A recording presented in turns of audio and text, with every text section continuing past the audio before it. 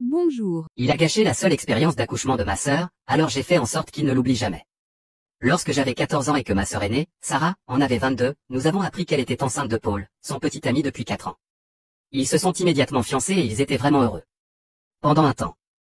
Sarah a eu une grossesse horrible, à environ 16 à 18 semaines, le miracle de créer une vie humaine s'est évaporé en elle.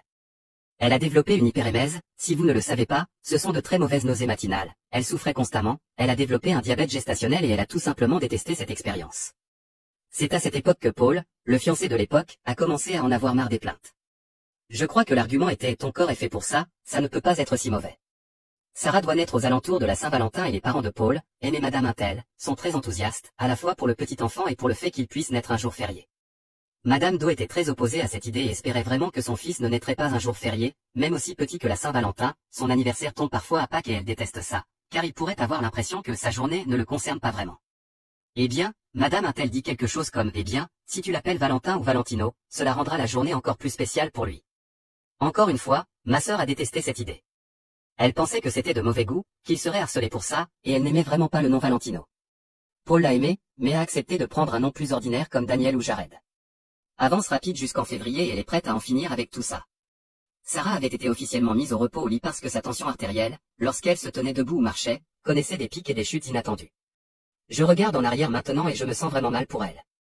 Elle faisait de son mieux pour éviter d'accoucher le jour de la Saint-Valentin car, encore une fois, elle ne voulait pas qu'il naisse un jour férié. Malheureusement, les naissances arrivent quand elles arrivent et ce bébé allait naître le jour de la Saint-Valentin, qu'elle le veuille ou non. Je me souviens avoir attendu dans la salle d'attente avec mon père, mes frères et Paul, qui ne supportait pas d'être dans la salle d'accouchement parce que c'était dégoûtant. J'étais tellement en colère qu'il aurait pu entrer mais ne l'a pas fait parce qu'il trouvait que ma sœur était dégoûtante pendant l'accouchement, alors que je devais rester dehors parce que j'étais trop jeune pour entrer avec ma mère et mon autre sœur. Papa est rentré avec les 2 plus jeunes frères tandis que l'aîné, Zek, est resté pour me surveiller parce que je refusais de partir. 16 heures après le début du travail de Sarah, mon petit-neveu faisait officiellement partie de la famille le soir de la Saint-Valentin. Malheureusement, Sarah n'allait pas bien. Elle a dû subir une césarienne d'urgence et, pendant l'opération, elle a découvert que l'arrière de son utérus, en face de sa moelle épinière, avait une très grosse et très grave tumeur, heureusement non cancéreuse. Quand je dis grosse, je veux dire qu'elle faisait 2 fois la taille d'un utérus standard. Les médecins étaient choqués et ne comprenaient pas pourquoi personne ne l'avait remarqué à l'échographie. Cela expliquait ses graves douleurs au dos et ses problèmes de tension artérielle. Les médecins ont immédiatement demandé une nouvelle intervention chirurgicale pour enlever la tumeur, mais ils ont malheureusement dû procéder à une hystérectomie complète. Cela signifiait que mon neveu serait le seul enfant de Sarah. Pendant que Sarah se faisait opérer, Paul s'occupait de tout ce qui concernait le bébé pour s'assurer que son fils allait bien. Dans la mémoire de mes 14 ans, je me souviens qu'il était désemparé, mais je ne lui ai pas vraiment prêté attention et j'ai passé mon temps dans la salle d'attente avec ma mère et mon autre sœur. Zek, lui, voulait être un bon futur beau-frère et s'assurer que Paul allait bien. Il a trouvé Paul en train de remplir les papiers du bébé tout seul, avec l'air de ne pas avoir un seul souci en tête. Zek a demandé pourquoi Paul n'avait pas attendu que Sarah remplisse les papiers, car elle aurait dû sortir du bloc opératoire dans l'heure qui suivait, et Paul a répondu qu'il voulait simplement qu'elle se repose et guérisse. Paul a répondu qu'il voulait juste qu'elle se repose et qu'elle guérisse. Zek a trouvé ça normal, car il avait 16 ans et ne savait pas mieux à l'époque. Maintenant je sais ce que vous pensez probablement. Non, il ne ferait pas ça. Il sait à quel point elle déteste ce nom. Et encore, elle devrait signer les papiers aussi. Mes amis de Reddit, j'ai le regret de vous informer que Paul a imité la signature de Sarah sur les papiers et a attendu qu'elle soit sortie du bloc opératoire pour lui remettre les 10 papiers. Mon doux neveu, qui est né le jour de la Saint-Valentin, a été nommé Valentino sur son premier certificat de naissance officiel. Je ne sais toujours pas pourquoi Paul et sa famille ont tant insisté sur ce nom. Il en avait même choisi un autre avec ma sœur. Et avant que vous ne demandiez, non, il n'a jamais été accusé de contrefaçon parce que ses parents étaient témoins de la signature des papiers, même s'ils ne sont arrivés qu'à la dernière minute. Sarah l'a donc largué et a fait changer le nom de son fils un mois plus tard. Elle était prête à faire une garde partagée avec lui parce que c'est le père de son fils et qu'elle veut que l'enfant le connaisse. Mais Paul a disparu et elle n'a jamais eu de nouvelles, ce qui nous a semblé étrangement hors de propos.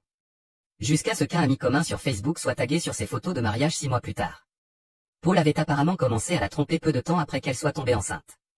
Sarah était livide, mais elle ne pouvait pas faire grand-chose, alors elle a demandé une pension alimentaire et a continué à vivre sa vie. Jusqu'à 6 ans plus tard. C'est là que la vengeance commence, mes amis. Sarah a été une mère célibataire pendant les 6 dernières années et elle s'en est très bien sortie. À ce stade de ma carrière, je suis coiffeuse depuis environ 8 mois. Je travaille un jour et qui est assis devant moi, Jane, la femme de Paul, elle-même. Je la ramène pour une coupe et elle n'a visiblement aucune idée de qui je suis. Cela s'explique par le fait qu'un ami commun qui reste en contact avec Paul m'a dit que Jane ne sait rien du tout. Elle n'a aucune idée de Sarah, du fait qu'elle était l'autre femme, ou du fait que Paul a un enfant pour lequel il paie, rarement, une pension alimentaire. Elle est dans le noir sur tout ça. Je me suis dit de ne pas être un con et de la traiter comme une cliente normale, ce que j'ai fait. À ce moment-là, Jane était lourdement enceinte, et une grande partie de notre conversation portait sur ce sujet. Elle aimait être enceinte mais c'était difficile, son mari était si peu sympathique, elle devait accoucher dans 10 semaines et ils n'avaient toujours pas choisi de nom pour leur petite fille. Mesdames et messieurs, c'était ma chance. Je lui ai demandé quel genre de nom elle cherchait et elle m'a répondu, je veux quelque chose d'unique et d'inhabituel, mais pas ridicule comme Elia et Paul en avaient déjà suggéré tellement et elle n'en aimait aucun. Alors moi, petite fouine sournoise que je suis, j'ai dit, et Sarah.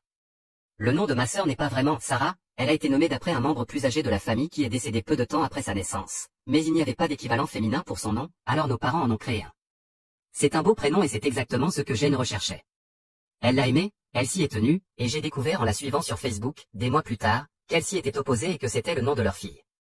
Maintenant, Paul a une fille qui porte le nom de son ex et qui lui rappelle chaque jour son existence, et qui lui rappelle aussi qu'il doit payer sa pension alimentaire. Le petit-neveu a maintenant 10 ans, a un nouveau nom et n'a plus de contact avec son père biologique, bien que nous l'appelions encore parfois Val comme surnom familial. Il aime bien ce surnom, mais ne veut pas l'utiliser à l'école, alors il reste un surnom familial. Sarah fait semblant de détester quand nous l'appelons ainsi, mais en plaisantant. Tant qu'il l'aime, elle n'a pas de problème avec ça. Et elle voit un nouveau type qui est vraiment génial et comme un père pour Val. J'espère que tu as passé un bon moment, n'abandonne pas s'il te plaît, tu as plus de force que tu ne le crois.